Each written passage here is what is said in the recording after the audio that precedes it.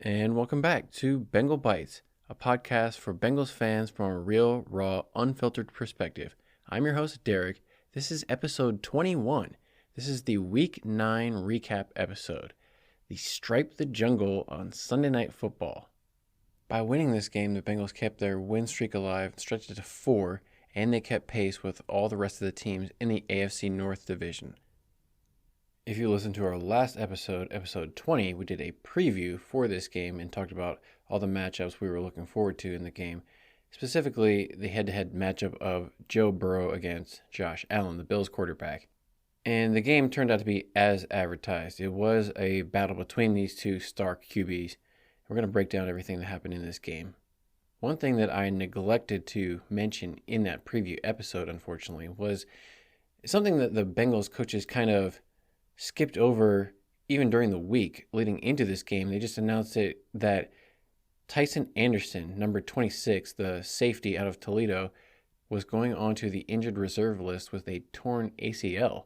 Apparently, in the 49ers game, Tyson Anderson tore his ACL at some point, but completed the game, played through it apparently, and they never announced that he was injured after the game.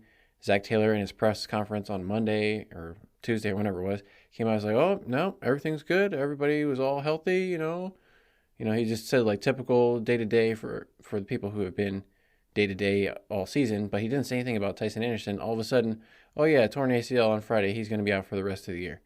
So that was kind of a shock and a surprise. I forgot to mention that what they did was they brought up Stanley Morgan from the practice squad to fill Tyson Anderson's spot on that active game day roster. Stanley Morgan has been around for a few years, mostly on and off the practice squad, kind of like this situation, but he's great at special teams.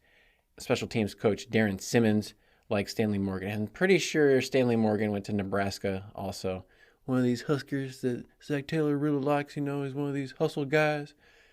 So they got Stanley Morgan. Stanley Morgan came in and was in for like 5 plays and got a block in the back penalty. So we're probably not going to see a whole lot more of Stanley Morgan this year. I don't know. I know Stanley's got that special teams experience, but if he keeps making mental errors as soon as he gets in the game, they might have to give one of those younger guys like Shedrick Jackson a try, Kwame Lassiter, They at least got some receiving skills. Anyway, in this game, the Bengals improved on their record. They went to 5-3, and they continued with a 4-game winning streak.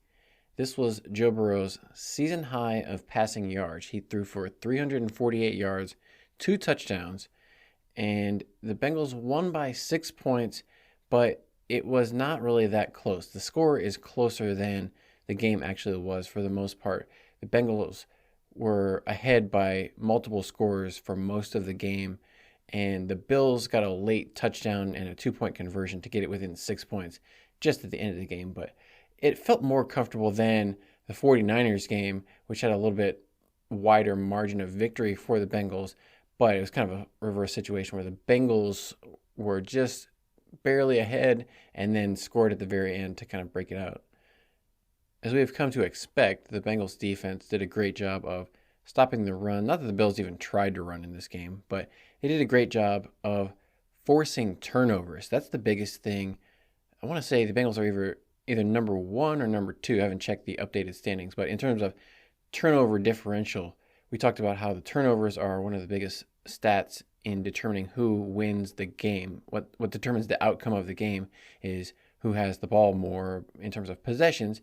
If you force turnovers, you have more possessions. The Bengals are doing a great job of forcing interceptions, fumbles, turnovers on 4th downs even, and that was the biggest stat in this game. Again, the Bengals had no turnovers in this game, and Joe Burrow continued to do a great job of keeping the ball out of harm's way, making good decisions with the ball, and not giving the ball away to the other team. Josh Allen, on the other hand, continued. I think he had his 5th game in a row with an interception. And that's one of the things that Josh Allen was known for early in his career, was throwing careless interceptions. Luckily, he threw one right to Cam Taylor-Britt in this game. And that's Cam Taylor-Britt's 3rd interception in the last 4 games. But this was an interesting game. We saw a lot of players for the Bengals on both sides, but specifically on the offensive side of the ball, step up and make contributions that we hadn't seen before. A lot of players who hadn't made too much of an impact in the game, like the tight end position, some of the backup wide receivers and running backs. We saw them have significant snaps and play a significant role in this game and in this victory. We also saw the young players on the defensive side of the ball get some important snaps for the Bengals. A lot of players getting experience in this matchup, and that was good. But maybe the number one and number two biggest things that happened in this night were, number one, the Bengals got their first win over an AFC opponent. All their previous wins so far this season had been against non-conference NFC teams. This was their first win over somebody in the AFC. So this is going to help them in the standings. But also the Stripe the Jungle, orange and black, alternating colors with the fans. Fans pulled it off. Congratulations, fans. You did a good job. It looked great on television. I'm sure it looked great in the stadium itself. But from the overhead cams, from the cameras inside the stadium shots, everywhere you looked, it looked great. From the lower bowl all the way up to the upper deck. And there wasn't a lot of blue mixed in there. That was the one thing I was like, well, I'm sure the Cincinnati fans will get on board with it, but maybe a bunch of Bills fans will travel in, Bills Mafia was going to come in there and ruin the whole thing. There were a few specks of blue here and there scattered about, but for the most part, it was a sea of orange and black, and it looked awesome. I can't wait for the next time they do something like that, because I'm sure even more people are going to get even crazier with it and look even better. So great job by the Bengals, and just the game day experience the last couple years has just taken such a step up. Kudos to the Bengals organization in that regard. Now, on the other hand, I have to knock them because they're still one of the four stadiums in the NFL left that still use this split film AstroTurf that's very unsafe for the players. And one of our star players went down with an injury because of the turf, or the turf contributed to his injury. We'll talk about that. Hopefully it's nothing too serious, but falling on turf, it doesn't have that much give. It's pretty much like falling on concrete. There was some pretty good coaching in this game for the Bengals, some pretty good play calling. Not really, I wouldn't say as good as it was last week against the 49ers, but like I said, part of that was due to the fact they had 2 weeks to prepare for the 49ers.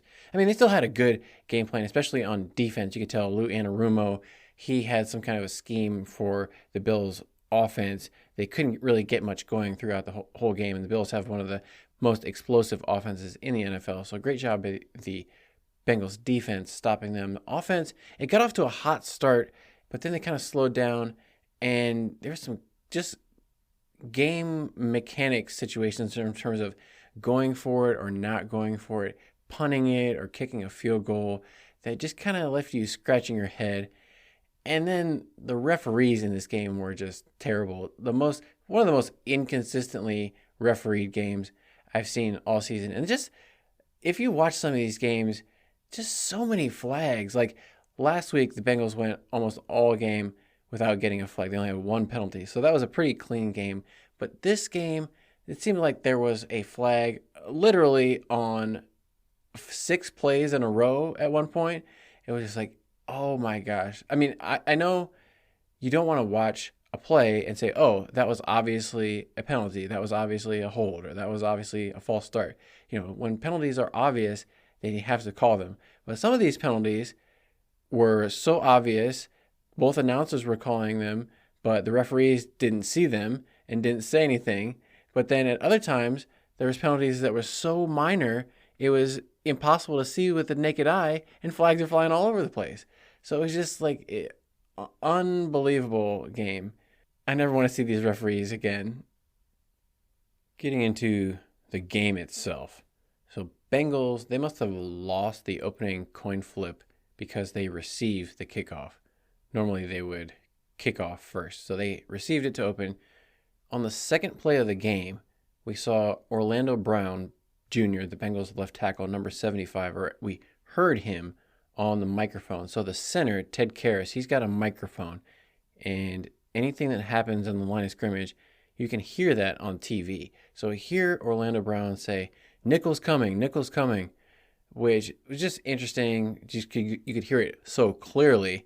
And then Mike Tirico repeated that like, "Oh, nickel's coming," even though what they're saying here is nickel cornerback is coming, meaning the nickel cornerback is blitzing. He didn't actually end up blitzing. He was showing like he was blitzing, but then he backed out, so kind of a fake blitz. But just an interesting thing to pick up on the television copy that you wouldn't catch, like the coaches wouldn't notice if they were just watching the film on the coaches' film, because it's all silent. You don't get the audio. So that is one thing that coaches say, even though they watch the silent film, they do watch the TV copy just like a fan does, so they can catch those extra details. On the Bengals' first drive, we saw a similar methodical drive like they had the past few games of the first scripted plays being very efficient. They got Joe Mixon on a pass out of the backfield. Travion Williams came in for a couple of runs, which was unusual because Travion is normally like third down back or, second quarter. Definitely not first series of the game. Travion coming in, taking meaningful carries. Usually that's Joe Mixon time. So I didn't see Joe Mixon come out hurt or anything. Maybe they just wanted to give Travion a little bit of a go there. He got, a little bit of yards, but not much. The most noteworthy play on the Bengals' first drive was where Joe Burrow, Bengals quarterback number 9, scrambled out of the pocket to his left, and he almost got tripped up. It was looking like he was going to stumble and fall, but he managed to stay up and throw it to T. Higgins before he fell over. Got it to T. Higgins for an 18-yard gain up the left sideline. And that was just another one of those plays that we hadn't seen from Joe Burrow early in the season. But like we said last week, he was 100% back. So the whole narrative about, oh, Joe Burrow's back. Okay, yeah, that's out the window. We can forget about that. Right from the get-go, we saw it evident that, yeah, he was same old Joe Burrow we've come to know and love, and we should expect nothing less. Later in that same drive, we saw Irv Smith Jr., number 81, the tight end, catch 2 passes in a row. Caught one over the middle, nice tough catch, and then Bengals had first and goal from the 7. They ran just a corner route from Irv Smith in the slot to the back pylon. Joe Burrow put a perfect pass right over the safety's head, hit Irv Smith right in stride. He made a nice catch, got up, did a little crazy legs dance celebration for his first touchdown as a Bengal. And I know a lot of people in the fan base were really irrationally dogging on Irv Smith because he fumbled. And they're like, oh, we got to cut Irv Smith off the team because he fumbled once. It's like, people are ridiculous. They're obviously not going to cut him because he made one bad play in one game. Like, whatever. So anyway, Irv Smith got a touchdown. Now everybody can get back to loving Irv Smith, I hope. But we did see some of the other tight ends make contributions. But it was good to see Irv Smith, get off the schneid, make a contribution as a Bengal right in the first drive of the game. That capped off the Bengals' 11-play, 76-yard drive. Took about 5.5 minutes. Evan McPherson made the extra point to put the Bengals up 7-0. On the ensuing kickoff, we saw probably the biggest hit of the entire game.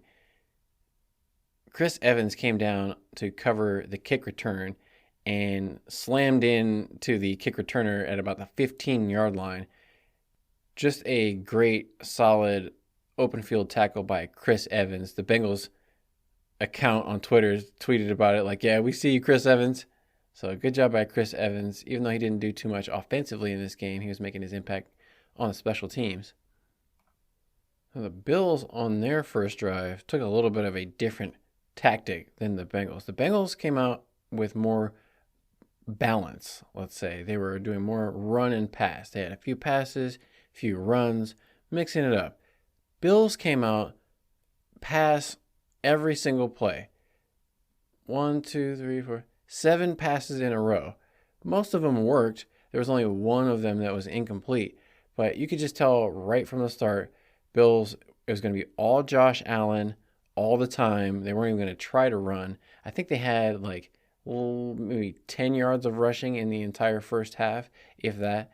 So it was a very pass-happy Bills offense. They came out, second pass of the game, Josh Allen almost threw a hole through Dalton Kincaid. He threw it so hard.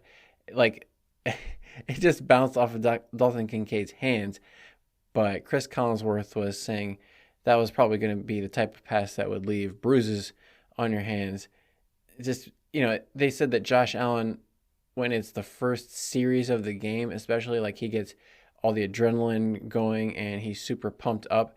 So he has a tendency to throw the ball too hard sometimes. And that definitely, like, second pass of the game, that was a fastball 100 miles an hour for sure.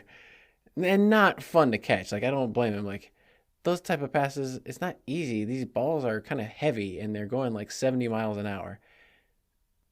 But the next play, Josh Allen had mercy on Stephon Diggs' hands, found him over the middle for a 9-yard catch and a first down. And then the next play, they had a short pass to Stephon Diggs out to the left. It looked like DJ Turner, the Bengals cornerback, number 20, had him wrapped up. DJ Turner swung Stephon Diggs around like he was going to swing him to the ground, but Stephon Diggs was able to stay upright, keep his balance, and just keep running past everybody, past Mike Hilton, who just kind of dove on the ground. I think he finally got caught by Logan Wilson, but only after he had picked up 34 yards all the way down to the Bengals' 37-yard line. The Bills complete a couple more passes to get down to first and goal, and then Josh Allen rolls out to the right. This is the only run of the entire drive. Josh Allen's rolling out to the right. He's faking like he's going to pass, fakes Nick Scott out of his shoes, and just walks into the end zone. And as he's walking into the end zone, he points backward, taunts Nick Scott, "Ha ha, I got you," and he gets a penalty flag. Ben Baby from ESPN on X or Twitter or whatever, he said that he thinks if you fake somebody out that bad, you should be allowed to taunt them. And I can't necessarily disagree with him. Like, Nick Scott got faked out pretty bad. After Chris Evans made that stop, Buffalo drove it on that drive. 9 plays, 85 yards, in only 3 minutes to tie it up 7-7. Because of the Josh Allen taunting penalty, the Bills kicked it off 15 yards further back, so the Bengals were able to get a return out to their 31-yard line by Travion. Then the next play, the Bengals picked up a roughing the passer penalty against the Bills. It looked like the Bills player came in and got a clean hit on Joe Burrow.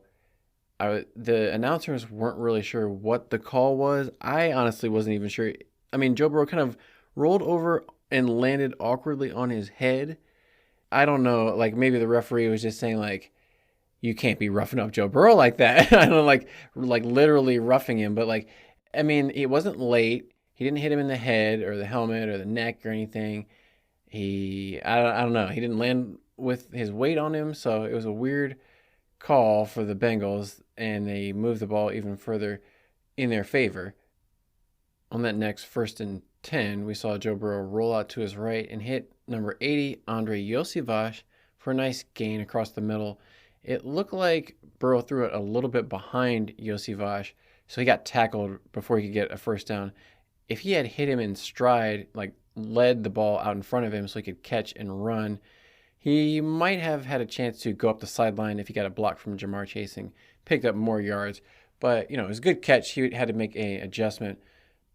Burrow wasn't quite as accurate as he was last week, where he was going like 88% completion. Burrow was still above 70% completions in this game, but his ball placement wasn't quite as perfect as it was last game.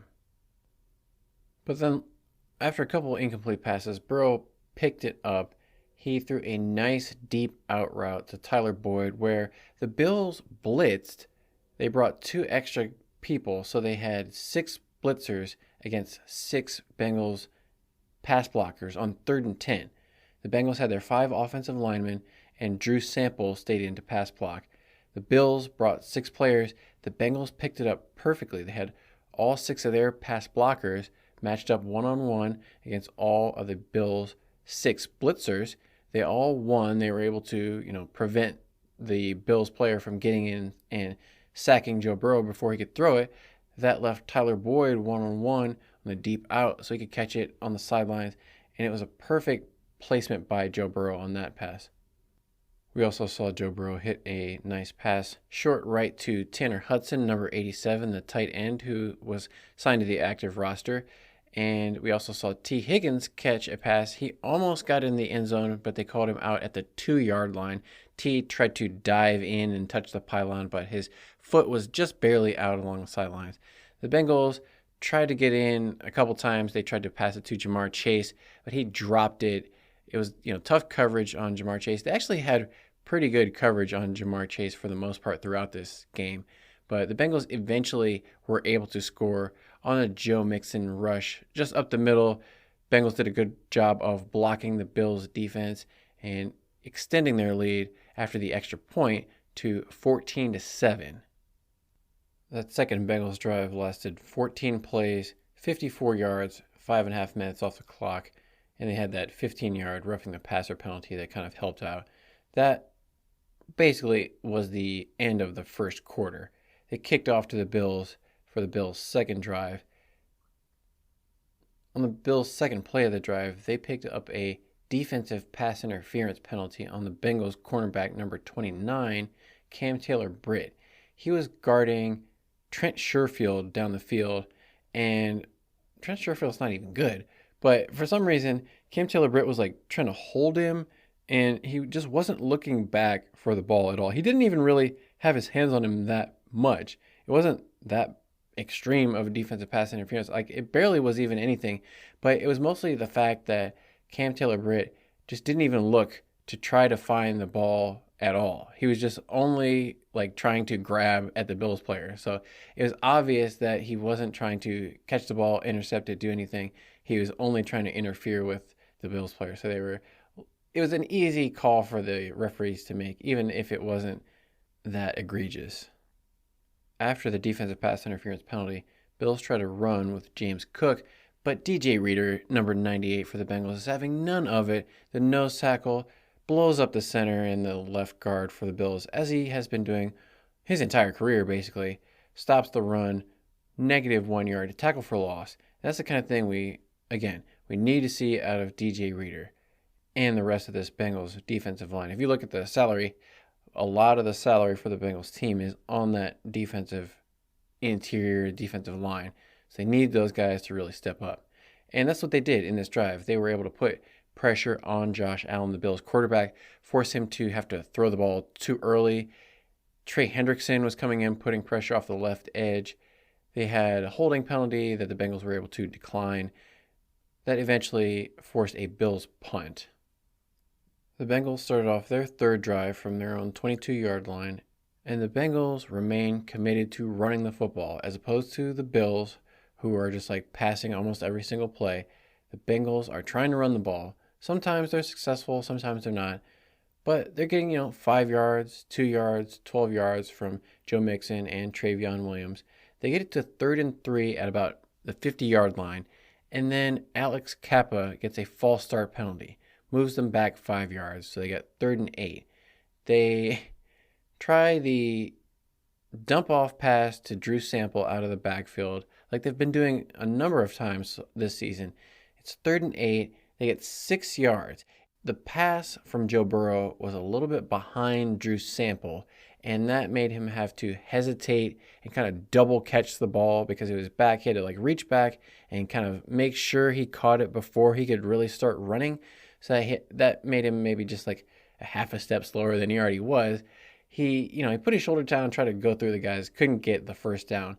And we saw it was 4th and 2 on the Bills side of the field, inside the Bills territory. We saw Joe Burrow looking over to the sidelines, nodding his head up and down yes, let's go for this 4th and 2. Let's go. Zach Taylor decides to punt it. Why? I mean, they punted it, 36 yards to the Buffalo 12-yard line. Fair catch. Buffalo's going to take over at their own 12. No return. But like Mike Tirico said, the analytics crowd would say 4th and 2 from the other team's 48-yard line. Go for it. Why not? I mean, yeah. I mean, like I said, the net on the punt was 36 yards. So you're giving up an opportunity to score any points, giving it back to the Bills. An odd decision, I would say, but that's what Zach Taylor likes to do, especially if he has the lead. At this point of the game, they're up 14-7, and that is like infinity points to Zach Taylor. If you give Zach Taylor a 7-point lead early in a football game, he is just going to turtle up and sit on that thing like a mother hen laying an egg. He's not going anywhere. He's like, what? No, punt, punt, fold, fold. No, thank you.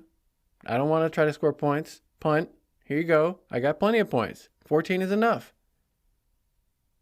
But the punt, I guess, worked out because 2 plays later, Josh Allen threw an interception right to Cam Taylor-Britt. I think Cam Taylor-Britt said after the game that they saw this on film, and it must have been something that Lou Anarumo, the Bengals defense coordinator, and all the rest of the defensive coaches were stressing to their players, like, hey, because what happened was Josh Allen basically tried to throw into cover 2 where a hole in the zone is supposed to be or where he thought it should be, instead of looking and seeing, okay, no, Cam Taylor-Britt is standing right in that hole in the zone where I'm trying to throw it. It was a weird play where he should have, if Josh Allen had thrown it immediately as soon as his player was open, it would have been an easy completion. But he tried to pump fake and hesitated and waited too long. By the time he actually threw it, it let Cam Taylor-Britt get back into position, jump right in front of the pass and catch it. And so that gave the Bengals the ball back at the Bills' 32-yard line. So they actually gained yardage they punted it, and then 2 plays later they got an interception. So they picked up 16 yards in that transaction. So maybe that's just the brilliance of Zach Taylor's coaching. He knew that they were going to intercept that pass, right? No, he doesn't know anything about defense. What am I talking about? But if that previous drive wasn't a little bit confusing, this one was really bizarre. Bengals, okay, so they got Tanner Hudson involved again, 9-yard pass, and Chris Collinsworth was going overboard with the Tanner Hudson hype. He was saying how Tanner Hudson, this tight end, he's a former quarterback just like Travis Kelce for the Kansas City Chiefs. And he was like, I'm not saying he's like Kelce, but, he's got some Kelce qualities. Like, I mean, let's hope so. Tanner Hudson is a good receiving option for the Bengals. He was all through the preseason. He was their best receiving tight end. He's looked good in the season. I don't think he has quite the athletic traits of a Travis Kelce. He's not quite as fluid in his route running, I wouldn't say, but he's got a good size, good speed, and if he's got a good knowledge of the game, knows how to get open, hey, Bengals can use that for sure. Joe Burrow loves that kind of guy. But on the next play, they had 2nd and 1. The Bengals tried to do a quarterback sneak up the middle. They didn't try to do the Eagles version. I didn't see anybody behind Joe Burrow pushing him. Maybe that would have helped, because on the play, the center, Ted Karras, completely missed on his block on Linval Joseph, who the Bills signed that Tuesday. He was not playing for any NFL teams so far this season that I knew of. I think he was maybe on a team last year, but just on the couch, and then signed on Tuesday, came in, blew past Ted Karras, and tackled Joe Burrow. It was 2nd and 1. He tackled Joe Burrow before he could get the first down, and then threw him backwards. They didn't get the first down, obviously. That brings up 3rd and inches from the Buffalo 23. 3rd and inches, Bengals get a delay of game penalty. They have it so close, and they shoot themselves in the foot. It's unbelievable. I think Joe Burrow at the last minute tried to audible, change the play, and there was only 2 seconds left. They didn't have time. But still, I think Zach Taylor after the game said it was, he's going to take the blame for everything. So he said it was his fault. He should have gotten the play in sooner. And that's probably true. But also, Joe Burrow has to be aware in that situation and look at the play clock and see, okay, time is ticking down. I can't audible or I can't change it. And even if I do, I have to snap it before it's zeros. So that was a huge mistake. Moves them back to 3rd and 5. Then the next play, they get a holding penalty on Alex Kappa. That moves them back to 3rd and 15. It looked like Joe Burrow had done a good job of scrambling out and picking up the first down out to the left, but the holding penalty negated that. Then the next play, the Bengals had a 5-yard. It was about this point in the game we saw Joe Burrow bleeding from his right index finger. I'm not really that into blood or guts or anything like that, so they kept zooming in on Joe Burrow's bloody hand, and he kept sucking on it, which is really gross. He was like sucking on his own blood, but he was bleeding out of the tip of his back of his finger, like his cuticle or his fingernail. We couldn't really tell. It didn't look like it was too severe, but that was again one of those things that you wouldn't be able to see if you were in the stadium. Probably people who were in the stands had no idea this was going on. But watching on TV, you see all this blood. It was like getting on his pants, and you're like, at the time, you're wondering if this was going to affect his ability to throw the ball for the rest of the game. It didn't end up affecting him too much, but I mean, it certainly wouldn't help to have a bloody cut on the end of the tip of your index finger of your throwing hand. It's like one of the last fingers that leaves the football while you're throwing it. So having any kind of cut or irritation or soreness in that area, it's not going to feel good every time he's got to throw the ball. But going forward, in this game, it didn't look like it bothered him, and I don't anticipate that will hurt him anytime. But just anytime your quarterback hurts his throwing hand, you get really nervous as a fan. They're able to get a little bit back from a defensive offsides penalty on the Bills. So the Bengals have 3rd and 10 at the Buffalo 37. Joe Burrow gets sacked for a 5-yard loss. There's a penalty on Cordell Volson for holding that's declined. After the sack, they had 4th and 15 from the Bills 37. So it was going to be a 55-yard field goal for Evan McPherson. On this play, they're getting ready to kick it, and kick goes off, ball's in the air, looks like it's good, but we can see there's a flag icon going off on the screen. That's one of the things that's annoying is you can't really enjoy a play anymore because there's always a flag, even when they're like, sometimes they'll pick the flag up. So it's like, oh, never mind, no flag, but we just wanted to ruin the action while you were watching it so you couldn't enjoy it. And it's like every time something happens, oh, there's a flag. Anyway, there's a flag on this play for a false start on Orlando Brown, which I even went back and watched it in like slow motion from multiple angles. It is almost impossible to see Orlando Brown moving at all. It's like he blinked his eyes once and the referee called false start. The guy in front of him flinched at him. And, it's like when you're kids or whatever, like somebody's, kind of trying to make you flinch. Oh, you flinch or whatever. Like that's what this guy did. He didn't jump into the neutral zone. He just flinched a little bit. Orlando Brown, ever so slightly flexed one of the muscles in his leg or something. Referee calls penalty. Doesn't make any sense, but that moves the Bengals back an additional 5 yards. So instead of trying the 60-yard field goal, which Zach Taylor should have tried, again, he's punting it in all of these situations where he should be going for it or trying to field goal. I mean, Evan McPherson just made the 55-yarder and he had plenty of distance. So why not try it again? He doesn't try the 60-yard field goal. Instead, he punts it away to the Bills again.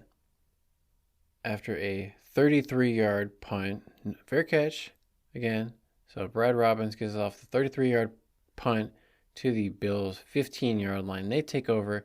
They try a couple runs out of their character, but then on 3rd and 2, Josh Allen takes a 9-yard sack. B.J. Hill, all the Bengals defensive linemen, they just collapse the pocket onto Josh Allen before he has time to do anything, pushes them all the way back inside the 10 to their 8-yard line, forces them to punt. The game started off with each team scoring a touchdown and 3 consecutive touchdowns. We thought it was going to be a high-scoring matchup, and that's how it looked going into the game. The over-under was 50.5 points.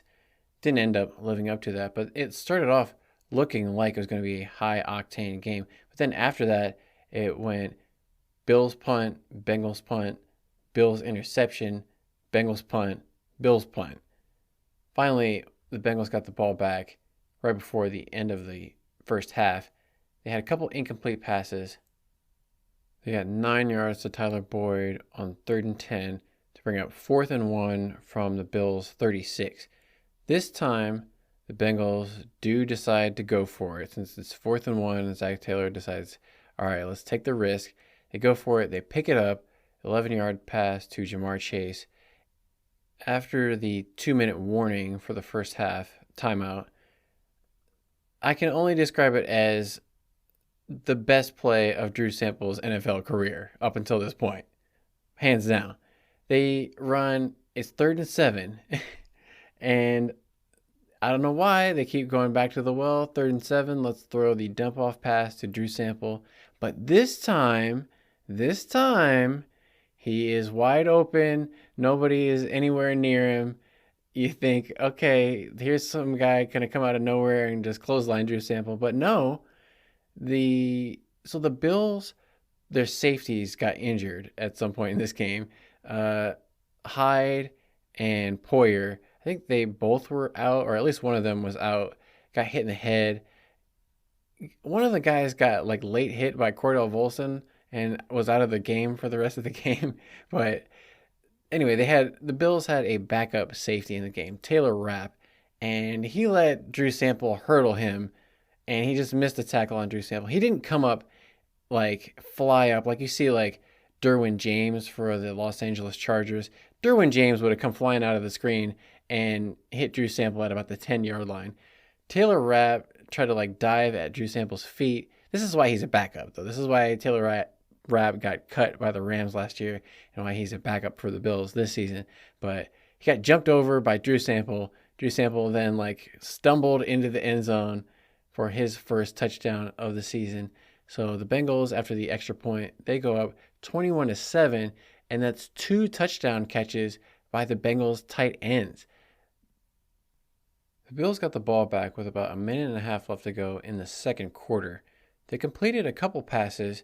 They started moving the ball. They got a couple first downs, and they got the ball all the way down to the Bengals' 38-yard line. But then on 3rd and 6, Josh Allen, he dropped back to pass, and he was not on the same page with his receiver on the left side. The receiver ran like a 10-yard curl route, but Josh Allen thought he was going to continue running down the field. So Josh Allen threw the ball about 30 yards down the left sideline. And they thought it was just, incomplete pass. We're going to run off the field and kick a field goal before the end of the half.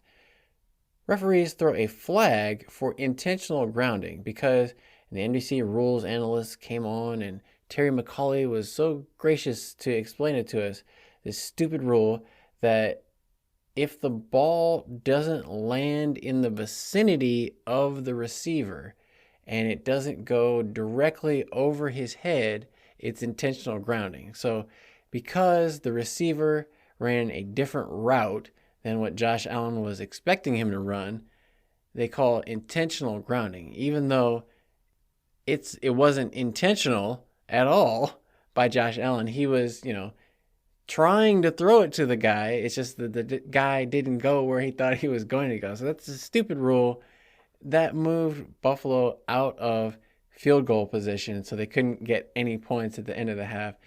I'm sure Bills fans were incensed, just like Josh Allen was. He was losing his mind on the sideline, dropping F-bombs and screaming at the referees about intentional grounding. But he couldn't go too far because he already had that taunting penalty on his first touchdown of the game. And if he got 2 penalties like that, he could have gotten kicked out of the game. Josh Allen's got to keep his cool, but he did. But it was just kind of weird. You see kind of weird penalties like that throughout the league, but maybe they need to re-examine that rule because obviously he wasn't trying to throw it there. But I guess it's one of those things where do the referees judge intent or what the outcome is? I guess in this case, they're judging the outcome of the pass. But the Bengals went into halftime with the lead 21-7, 14-point lead, feeling pretty good. After halftime, the Bills received the second half kickoff. Mike Tirico, the NBC commentator, notes that the Bills only have 11 yards of rushing on 5 carries during the first half.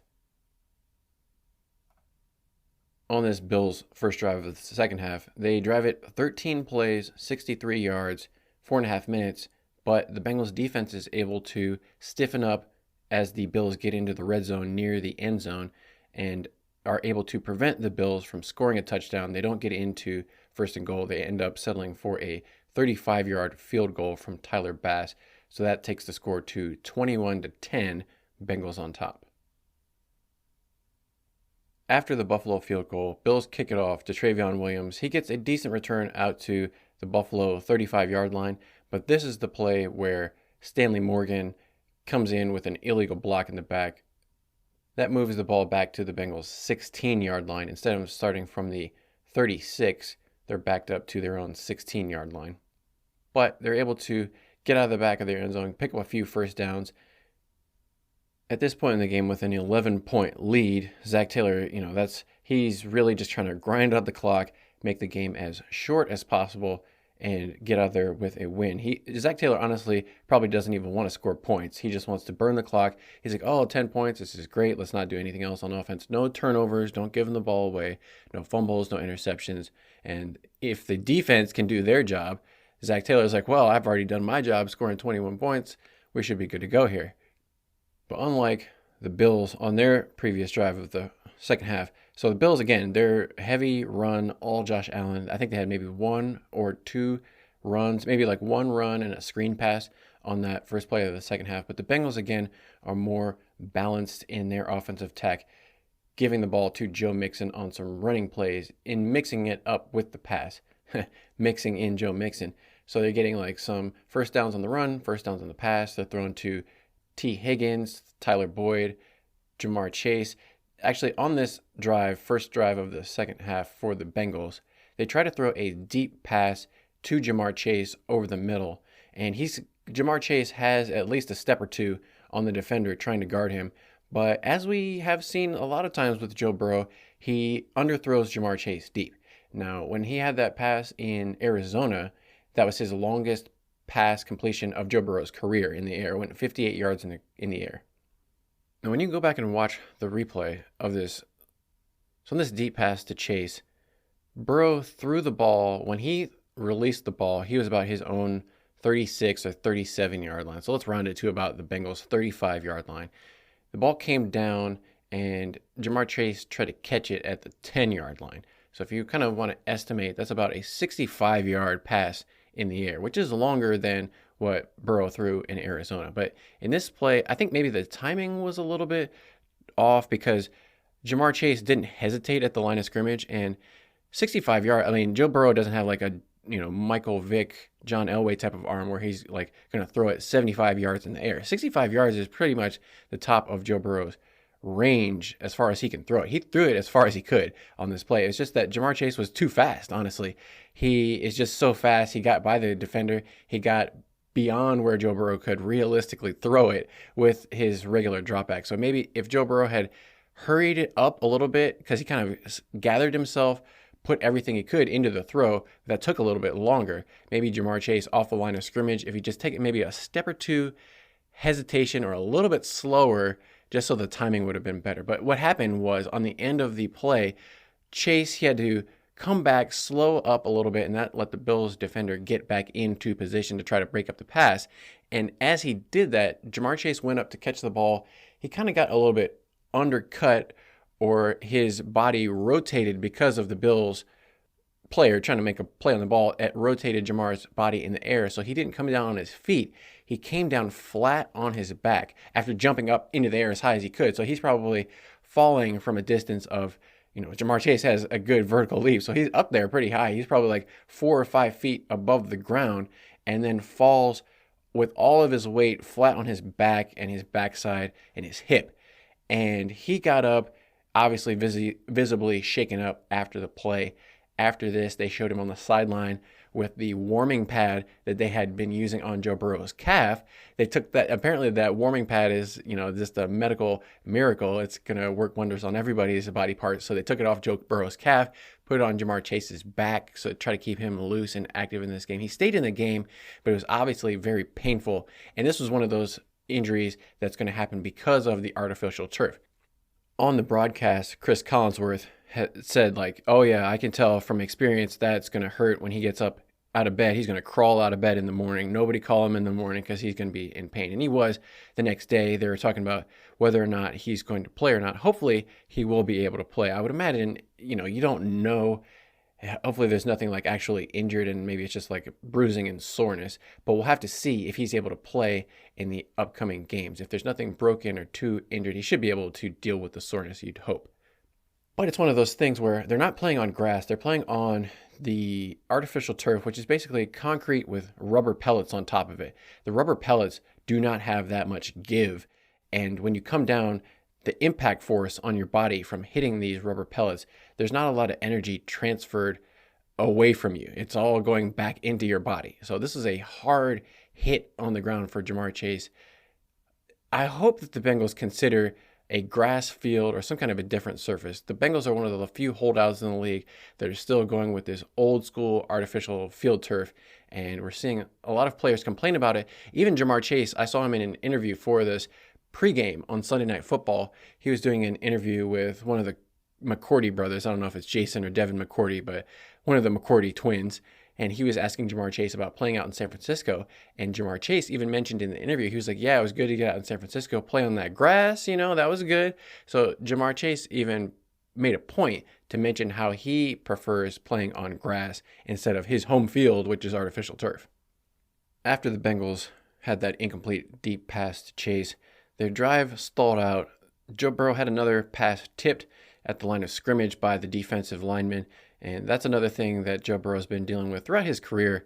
It's kind of surprising that he has so many balls tipped at the line of scrimmage since he's not a short guy. He's not like a Bryce Young where he's under 6 feet tall. Joe Burrow's like 6'4", 6'5", but I think it's just a matter of defensive linemen try to time him up, and maybe it's he throws on rhythm so much that the defensive linemen are able to guess when he's going to throw and they're able to get their arms up. But that batted ball stops the Bengals drive. They do get a nice punt out of Brad Robbins, however. So they got a couple first downs, they took some time off the clock, and they pinned the Bills inside their own 10-yard line. This is probably the best punt of Brad Robbins' career so far, if I'm honest. He has a nice trajectory in terms of angling it towards the sidelines, away from the returner, and nice distance. The ball goes out of bounds at the Bills' 9-yard line.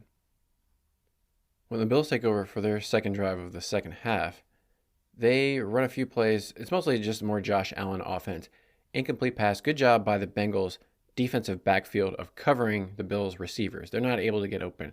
The Bills aren't able to complete any passes. On 3rd and 6, Josh Allen tries to scramble, but Trey Hendrickson, the Bengals defensive end, number 91, he's able to stop Josh Allen before he can get away. And it's not a sack, but it's a 1-yard gain only. That prevents the Bills from picking up the first down. They've got it on their 13-yard line at 3rd and 6, or 4th and 5, excuse me. So they've got to punt. It's too close to their own end zone to go for it. They've got to punt the ball back away to the Bengals. After the Bengals take over on their own 42-yard line, they get a first down off of a pass to T. Higgins. But then kind of the play that kills this drive for them was they lost 4 yards on a toss play to Joe Mixon on the right side, where Jordan Poyer, the safety for the Bills, shot up through the Bengals blockers. It looked like he ran right past Alex Kappa, number 65, and tackled Joe Mixon in the backfield for a loss of 4 on the play. But that put the Bengals in 2nd and 14, and they're able to get some of it back on a 9-yard pass to T. Higgins over the middle, but an incomplete pass to Tyler Boyd brought up 4th and 5. And this time, instead of punting it, the Bengals opt to go for it. It's a little bit different scenario than they had in the first half. This time they have the ball at the Bills' 37-yard line. So in the first half, the Bengals had the ball at the Bills' 48-yard line, a little bit further back, but it was 4th and 2, shorter distance. And instead of going for it, they punted the ball. This time it's longer. They've got 4th and 5, but they're on the 37-yard line. So I don't know how Zach Taylor is making these decisions analytically, but this one they end up going for it, and again, they try to do a check down to Drew Sample. Okay, it worked in the first half. I will give him that. Drew Sample got the touchdown, best play of Drew Sample's career. But 2 out of 3 times they tried to run this play, it didn't work. So one time it did work for the touchdown. This time they try to go back to Drew Sample. Part of it is, I don't know if Joe Burrow didn't like what he saw down the field. It's like, I don't know why. he can't throw it to T. Higgins or Jamar Chase or Tyler Boyd on one of these plays, but maybe they're double covered and he's just being smart and dumping the ball off. If the defense is really just going to leave Drew Sample open, that's what he's got to do. But on this play, he checks it down to Drew Sample out of the backfield. Again, the Bills tackle him immediately for like a 3-yard gain. Bengals turn the ball over on downs. In that scenario, it would have been, I don't know, why didn't they kick a field goal? That's kind of what I was asking for, like kick the field goal in that scenario. But I guess they're thinking it would have been, I don't know, maybe they thought it was too long, but it was a 55-yard field goal, which they had attempted in the first half. So they didn't want to go for the field goal this time, even though it was the same distance that they had confidence in before. And they checked it down to Drew Sample on 4th and 5 and didn't get the first down. So just a confusing coaching decision by Zach Taylor and the Bengals there in a number of different ways. It felt like they had an opportunity to score a lot more points in this game, put the game away faster than they ended up doing. After the Bengals failed to convert on 4th and 5 with Drew Sample, the Bills take over at their own 37-yard line. They come out with, it's mostly Josh Allen, as it has been all night, but Josh Allen has a long run by himself. He has a long pass to Dalton Kincaid, gets another first down. It's more Josh Allen, and James Cook has a screen pass. They do a couple times on this drive, Josh Allen short yardage, QB sneak up the middle, and Josh Allen, and they do it more like the Eagles tush push brotherly shove, where they get somebody in behind Josh Allen to push him. And unlike where Joe Burrow got like tossed backwards like a shot put by Linval Joseph up the middle, the Bills are able to successfully run this short yardage play twice to pick up 2 first downs to keep this drive moving. This takes the time into the fourth quarter at this point, and the Bills are still down 21-10. At some point in this drive, the Bills try to do a trick play, fake. They do like a handoff, double handoff, pitch back to Josh Allen for the flea flicker, but the Bengals defense doesn't fall for it at all. They've got it covered up, so Josh Allen just has to throw the ball out of bounds away. No harm done on that one. But it looks like the Bills are moving the ball. They're definitely into scoring position. They're in position to at least kick a long field goal, but fourth quarter, they're looking for a touchdown. So Josh Allen completes a pass to their rookie tight end, number 86, Dalton Kincaid, over the middle.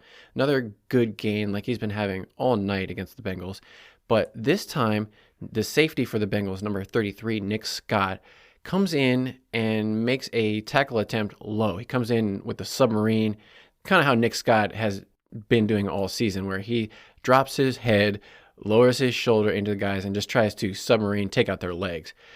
It is actually pretty moderately successful on this attempt in that he gets Dalton Kincaid's legs enough to bring him to the ground. He flips him over, but the thing that happens in this play is while Dalton Kincaid is in midair, flipping over onto the ground, Jermaine Pratt, the Bengals linebacker, comes in to try to tackle him. And I don't know if this was intentional or if it was just like perfect timing, but Jermaine Pratt's hand just perfectly knocked the ball out of Dalton Kincaid's arms while he was upside down. So like while he's coming in, getting flipped over by Nick Scott, Jermaine Pratt just perfectly punches the ball out of his hand while he's in midair. The ball comes out. Nick Scott recovers the fumble. That stops the Bills' drive and gives the ball back to the Bengals. Jermaine Pratt is known for stripping the ball out in a number of different big moments. He's stripped the ball out against the Patriots last season and a number of times, but this, I don't know if it was intentional or just being in the right place in the right time. Either way, it worked out. The Bengals get the ball back.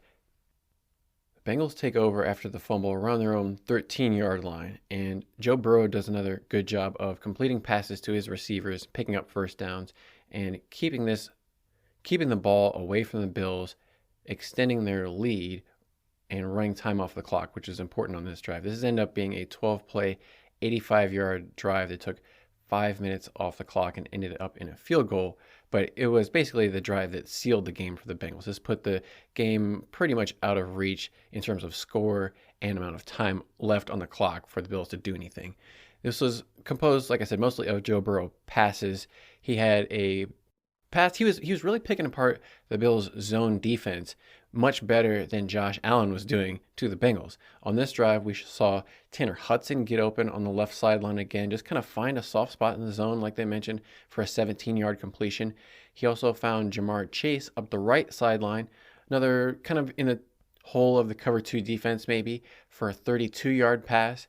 They also had a pass to T. Higgins, or a couple passes, big passes to T. Higgins.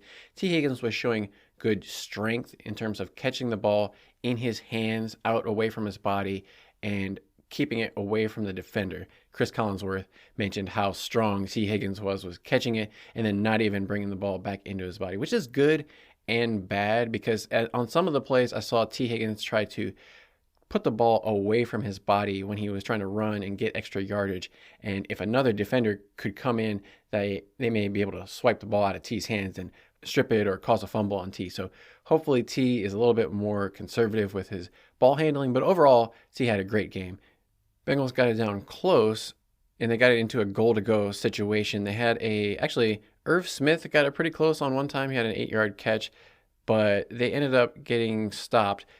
It looked like Joe Mixon could have scored a touchdown on the 3rd and 2 play, 3rd and goal, but the Bills defensive lineman Gregory Rousseau, he was able to tip Joe Burrow's pass at the line of scrimmage. Again, deflect it so that it landed incomplete. It looked like Joe Mixon was open, and he had a step or two on the defender who was going to be out there. It was at least going to be a close play at the goal line, and it looked like if it hadn't been tipped, it probably would have been a second Joe Mixon touchdown in this game. But unfortunately, it did get tipped. Bengals had to settle for a field goal by McPherson, which he made. That put them up 24-10 with about 8 minutes left to go in the fourth quarter. The Bills take over with about 8 minutes left to go in the game. They're down by 11. And this is where Josh Allen, as he's been doing all night, just kind of takes over, puts the Bills on his back, and he's scrambling all over the place. He picks up a 7-yard run, throws a 9-yard pass to Dalton Kincaid, 9-yard pass to Khalil Shakir. Then we saw it looked like Sam Hubbard was going to tackle Josh Allen for a short gain on the sideline, but Josh Allen, the Bills quarterback, was able to duck under the arm of Sam Hubbard, kind of give him a stiff arm, and got another first down. A good run by Josh Allen. So they keep the drive alive. They keep driving it. They pick up a few more first downs on Josh Allen's legs. He scrambled again, picked up like a 11-yard run to get a first down. They get it all the way. The Bills get it down to about the Bengals' 17-yard line on a number of passes by Josh Allen. A few runs, but mostly passes. Most of it Josh Allen, like I said. And they get it to the 17-yard line. It's 3rd and 1. And instead of going for a first down, they throw it deep into the end zone. It's Stephon Diggs on the outside against the Bengals rookie cornerback number 20, DJ Turner. And Stephon Diggs does a kind of a double move where he does a hitch and go. He comes off the line of scrimmage. He acts like he's going to stop and then puts on the jets, goes into the end zone. Josh Allen throws really a laser beam. There's no arc on the ball at all. It's just a flat pass straight into the end zone and straight into Stephon Diggs' arms for a touchdown. DJ Turner, he's beaten by at least a step, maybe a step and a half. He's got the speed. He's the fastest guy on the Bengals for sure. But in that situation, the ball was so flatly thrown, like there was so much velocity, he didn't have time to react to, they call it makeup speed. He didn't have time to use any makeup speed because they were already in the condensed part of the field. The ball was thrown so hard. It was really just a good throw, good route by the Bills. They got it back to within 3 because they made the 2-point conversion. That was the other thing that was a big play. So after the touchdown, they threw another pass to Stephon Diggs where he's kind of streaking across the middle, back of the end zone, complete it. So going into this drive, the Bills were down by 14. They get the touchdown and the 2-point conversion to reduce the lead from 14 down to 6. So I guess analytically they say like going for the 2-point conversion there, then you get the chance to win the game with a extra point if you score another touchdown. I don't know what the difference is between being down by 7 or being down by 6, but the Bills, they got it back to a 6-point lead for the Bengals. Now, at the end of this 2-point conversion, there's just a little bit of not really controversy, but there was a moment where Stephon Diggs, he catches the ball, he comes down out of the end zone, he goes flying past the photographers and into one of the back of the security guards' legs who's standing along the side of the field. And honestly, I don't know why they have these people standing so close to the field of play. They have players running at like 20 miles an hour. They're 250-pound players running, at top speed. And then you have, photographers and little old ladies standing on the sideline like 5 feet away. And then the people get surprised when people get like clotheslined and decked on the way out. So this guy, security guard, he's facing away, so he can't even see what's coming. Stephon Diggs comes in, takes his legs out from behind. This guy falls backwards, hits the back of his head on the back of the field. So many times you see this. It's these like old dudes who are standing out there, get their legs taken out. They fall onto the field. They get concussed. Probably this old man probably has a concussion out here. Stephon Diggs, so he lands on Stephon Diggs' legs. So Stephon Diggs can't get up. Stephon Diggs, the NBC camera comes over and shows him. He's like yelling at this guy to get off of him. For all the NFL wants to talk about player safety and all this garbage, they really need to do a better job of actually protecting the players and protecting the people who are on the field instead of just letting whatever happen. After the touchdown, the Bills kick off to the Bengals, and there's only 3.5 minutes left to go in the game. The Bengals are up by 6, and if they can just get a few first downs, run some time off the clock, they should be able to win the game. They come out on the first play, and maybe to a little bit of the Bills' surprise, they run a pass. Instead of trying to run the ball and just run the clock out, they try to pass, and it's a deep pass. Burrow throws it deep to Tyler Boyd on the left sideline. He's kind of running a corner, and it's Tyler Boyd against a safety type, or maybe it's a nickel or a safety, but not one of their top cornerbacks. He's able to get separation. It's one-on-one. Burrow puts the ball in the perfect place where only Tyler Boyd is able to catch it. There's no other Bills defenders in the area who can break it up. 32-yard completion on the first play of the drive is a huge pickup because it gets the ball basically all the way to midfield or into Buffalo territory, and Bengals are moving. At this point, then they do start to run. They have a 2-yard run by Joe Mixon, 5-yard run by Joe Mixon. Clock is still running. That takes it down to, or close to the 2-minute warning. But the thing that really iced the game was it was 3rd and 3 at the Buffalo 36-yard line.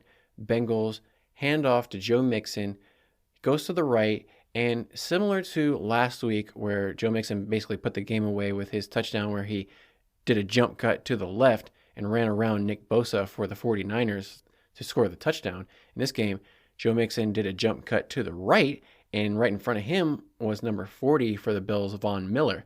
And similar to Nick Bosa, Joe Mixon puts a little move on Von Miller, gets away, leave Von Miller just grasping at air. I don't even know if he really even gets a hand on Joe Mixon. If he does, it's just barely grazes him with one kind of fingertip on his legs. But Joe Mixon is able to get around him, get to the outside. The only thing that Joe Mixon said he wished he would have done better was stay in bounds instead of running out and stopping the clock. But it was so close. It was, there was only less than 2 minutes left in the game. The Bengals were still able to just kneel the ball down and run the time off the clock and end the game. Bengals ended up winning 24-18. The score ended up being a little bit closer than it felt throughout. It felt like the Bengals had a comfortable lead. It was 10 plus points for most of the second half.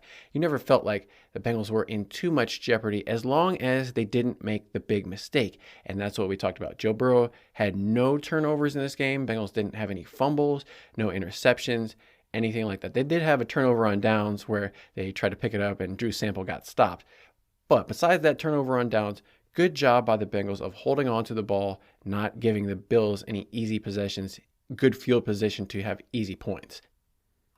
After the game, of course, we saw Melissa Stark from NBC interviewing the star Joe Burrow, and she asked him about his finger because all the blood that was all over it all game. But Joe Burrow said he's fine. That's just football, baby. So we can expect no problems from Joe Burrow going forward.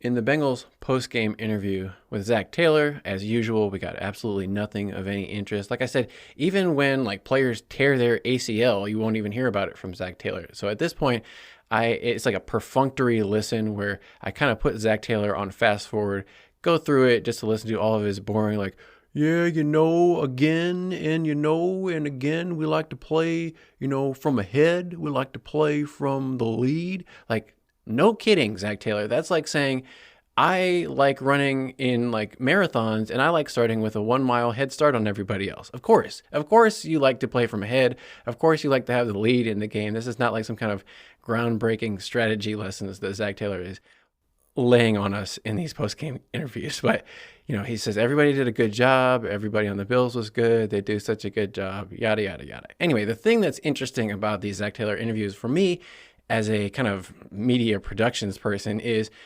now I complained about how the microphones were not on any of the reporters, so you could never hear the questions that they were asking. It was just Zach Taylor's responses to these anonymous questions fired out of nowhere. Now, what the Bengals have done is they put into the timeline the question or the question or the topic that Zach Taylor is answering about for that 30 seconds or a minute. So if you scroll through the timeline, you can see, okay, at this point, he's talking about Joe Mixon touchdown run. At this 30 seconds, he's talking about Joe Burrow completing a pass to T. Higgins or something like that. So you at least get the idea of the question of what the person asked, which is a great idea, great compromise for the Bengals. They didn't get the microphones on the reporters, and who cares about the reporters anyway? I agree. We don't need to hear all these stupid reporters' questions, but at least you get a little bit of a context as a listener, so you're not just having like one side of a telephone conversation, which is annoying. Part of the reason I say it doesn't really matter what these reporters are asking is some of the questions don't make any sense. Like the reporters on multiple occasions in this interview with Zach Taylor asked him how surprised he was at the performance of certain players. Like they asked him, how surprised are you at the performance of your tight ends? They did really good. And as you would expect, Zach Taylor says, not surprised at all. Like basically that's why we have them on the team. If they weren't good, we wouldn't have them on the team at all. So the fact that the reporters are surprised, it's just that they're speaking from a position and perspective of ignorance. They're like, wow, we've never heard of this guy and he's actually good. The reporters are surprised and they feel like the coach should somehow be surprised, even though the coach knows this guy, sees him every day in practice, knows what his abilities are. So no, nobody on the team and inside the Bengals organization is going to be surprised by anything they see. This is people exterior. So these questions don't make any sense. Also, they asked Joe Burrow. Jeff Hobson, the Bengals reporter, was asking Joe Burrow about a play that never happened, or he had the wrong details on the play. He was asking Joe Burrow about, he's like, oh yeah, you remember that 4th and 1 where you threw it to Tanner Hudson? And that was a play that never happened. Joe Burrow threw it to Jamar Chase on that play, not Tanner Hudson. So Joe Burrow was totally confused, and he tried to get some clarification. Wisely, Joe Burrow eventually was like, I don't really remember that play, but Tanner Hudson played pretty well for us. So Jeff Hobson, he's the Bengals reporter. Uncle Jeff, somebody needs to help out Uncle Jeff, get him a clue as to what players are in the game, and maybe he can ask some better questions.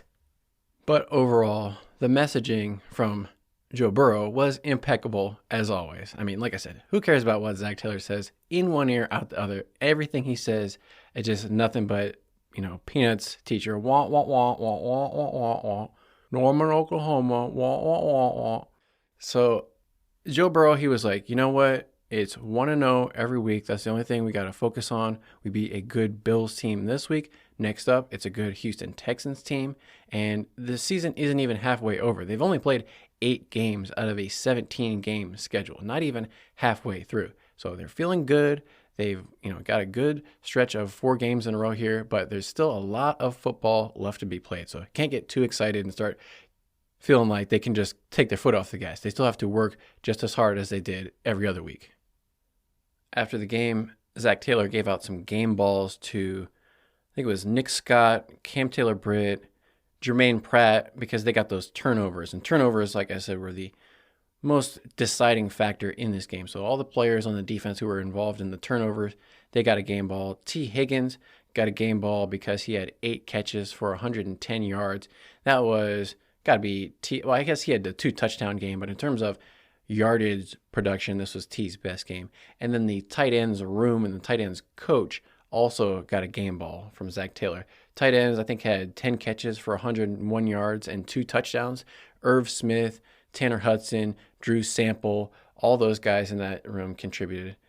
The Bengals may not have a Kelsey or Gronkowski or Kittle or one of these type of guys. But as a group, the tight ends were very productive, and that's what we really needed to see. We've needed to see so far this season. And when you think about it, last season they didn't have Drew Sample pretty much the entire year because he hurt his ACL. They mostly just had Hayden Hurst, and then behind him was Mitch Wilcox and not too much else. So in terms of depth, if they can start getting more of these guys, more snaps, more involved, they all kind of rotated. They all had about between 20 to 30 snaps. None of the tight ends dominated the snaps. They kind of used them specifically on what plays they would probably be best at in different situations. So that's good to have all three of those guys active in the offense. Taking a look at the team stats in this game, they were fairly close, but the Bengals did have the edge in a lot of the key statistics. In terms of total yards, the Bengals had 397 to the Bills 317. Bengals had more first downs than the Bills. They had 23 to 21. Third down efficiency, Bills are actually a little bit better here, I guess you could say. Bills were 7 of 12, Bengals 8 for 15, but both teams were pretty good at converting on third downs. Bills never tried a fourth down at all in the game, and Bengals were 1 for 2. They had that one completion to Jamar Chase. Somehow, even though the Bills started off the first half with 11 yards rushing, they ended up outgaining the Bengals on the ground 68 to 54. Bengals only averaged 2.5 yards per rushing attempt to the Bills 4.3. So 2.5 yards per rush is really not very efficient for the Bengals. But in those clutch situations, like when Joe Mixon needed to get 5 yards and break out of Von Miller's tackle, he was able to do that. Overall, the Bengals really need to try to figure out the running game if necessary. But that's the thing is it doesn't really matter how you win the game as long as you win. It doesn't matter if the Bengals won this game by 6 points or 26 points. It doesn't matter if they had 50 yards rushing or 150 as long as they won the game. So that's the most important thing. But it is just a little bit concerning that the Bengals running is so anemic compared to the rest of the NFL. The other big discrepancy outside of those 2 turnovers was the time of possession was heavily skewed in favor of the Bengals. The Bengals had the ball for 36 and a half minutes. Bills only had the ball for 23 and a half minutes. Bengals basically had 13 minutes more of possession than the Bills, and they were able to just kind of control the game that way. Getting into some of the other interesting stats I thought was, if you look at the box score, the Bills' offense was almost entirely Josh Allen. They had Josh Allen throw 38 passes, and Josh Allen also ran the ball 8 times. They had 16 rushing plays, and 8 of them were Josh Allen. So he ran half of their running plays, and he also threw all their passing plays. So it was like Josh Allen all the time and nothing else. The Bills, their offensive coordinator, it's like NFL fans are so overly reactionary. After the game, Bills fans were going crazy talking about how they need to fire the coach, fire the offensive coordinator. Offensive coordinator stinks. He needs to get out of the press box and come down to the sidelines. The same thing that the 49ers fans were saying about their defensive coordinator. Basically, the fans don't blame the head coach. So in this scenario, the head coach is Sean McDermott. They don't blame him, but they blame it on the offense. And they're not going to blame Josh Allen, the quarterback, of course. They're going to blame the coach of the offense. So the fans, I'm just trying to walk you through the psychosis of what it means to be kind of some of these fans, especially on Twitter or social media. It seems like, I don't know where these people come up with these ideas. The Bills are still 5-4, but, they're not looking as good as they were. So fans are jumping off the ledge in Buffalo. For the Bengals, I mentioned Joe Burrow wasn't quite as accurate as he was in San Francisco, but it was his highest yardage of 348 in a game so far this season. 2 touchdowns, no interceptions, and only 1 sack. So overall, the offensive line for the Bengals did a pretty good job. I didn't feel like Joe Burrow was under too much pressure throughout the game. And a lot of that we could see was the communication, the offensive line calls. It seems like maybe they're getting more in a feel for each other in terms of how to shift and adjust to different defenses and different blitz pickups. So that was good. Like I said, T. Higgins had the 8 catches for 110 yards on 9 targets, along with 21. The 2 receivers who had the longest catches, Tyler Boyd and Jamar Chase. Jamar, he had 4 catches for 41 yards on 8 targets, so he only caught half of the passes that were thrown to him. They tried to get him the ball, But it was good defense by the Bills. They were taking him away, getting double teamed, and even when the ball did come to him, they were making plays on the ball. He did have that one deep pass that he had the defender beat, but it was just, I think it was underthrown, but Joe Burrow can't realistically throw it 75 yards in the air to hit him in stride on that pass. So it was just a little bit more of a timing issue. That's where Jamar Chase hurt his back, and we're going to have to monitor that throughout the next couple weeks. Defensively for the Bengals, Jermaine Pratt led with 11 total tackles, 6 solo. But then maybe the star of the defense, who didn't really play too much last week against the 49ers just because of their personnel package, Mike Hilton. Mike Hilton actually played every defensive snap of the game for the Bengals, and he led the team in solo tackles with 10 solo tackles. He had 10 total tackles, and all of them were solo tackles. So great game by Mike Hilton. Really stepped up his defense. He started off a little bit slow this year, but he's picked it up recently. Logan Wilson, the other linebacker, also contributed with 8 total tackles, and Nick Scott had 4 total. So the linebackers and the safeties, they did a good job in this game. Didn't hear too many of the defensive linemen called. Josh Allen did a good job of avoiding a sack. Didn't get too much pressure on Josh Allen in this game. It was only the 1 sack by B.J. Hill. But overall, the Bengals defense did a pretty good job of keeping the Bills offense from putting up points. They were kind of doing their typical bend but don't break. Give them the yards, give them the first downs, but don't let them get into the end zone and force turnovers and get the ball back to the offense. Special teams-wise, I'd say it was pretty even. If they had let Evan McPherson kick some of those long field goals, could have been a good night for him, but they didn't. They ended up punting. But I will say Brad Robbins did a good job with the punts. He didn't have any touchbacks in those situations where they were punting it in Bills territory. He at least got it inside the 10 or close to the 10-yard line. So good job by Brad Robbins, doing a little bit better.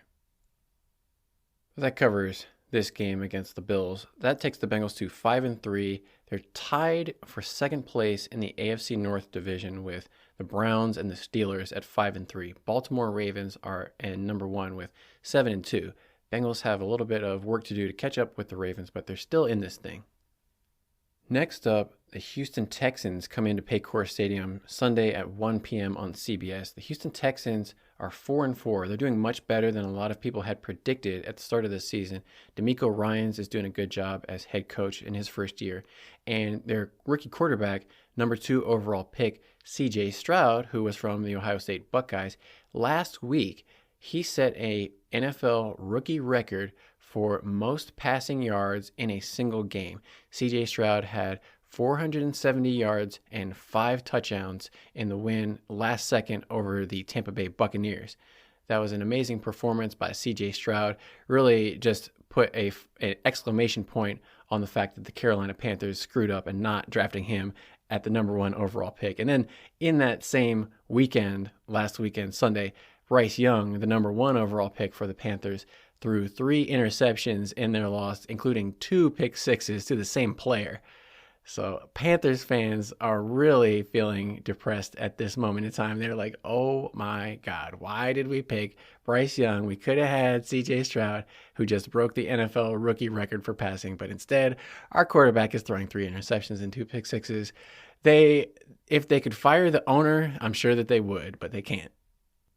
So it's a real shame we don't get to play the Panthers this year, but Houston Texans next up on deck. It's not going to be a primetime game like it's been. It's just going to be a regular 1 o'clock game. It's going to be a good matchup. Bengals have a lot of work to do, and we'll preview that matchup in our next episode. So join us for that Week 10 preview on the next episode. If you made it this far into the episode, don't forget to subscribe, give me a thumbs up, all that type of stuff. Just trying to grow the channel. But until the next episode, I'm going to leave you with a Who Dey and stay hungry for more Bengal Bites.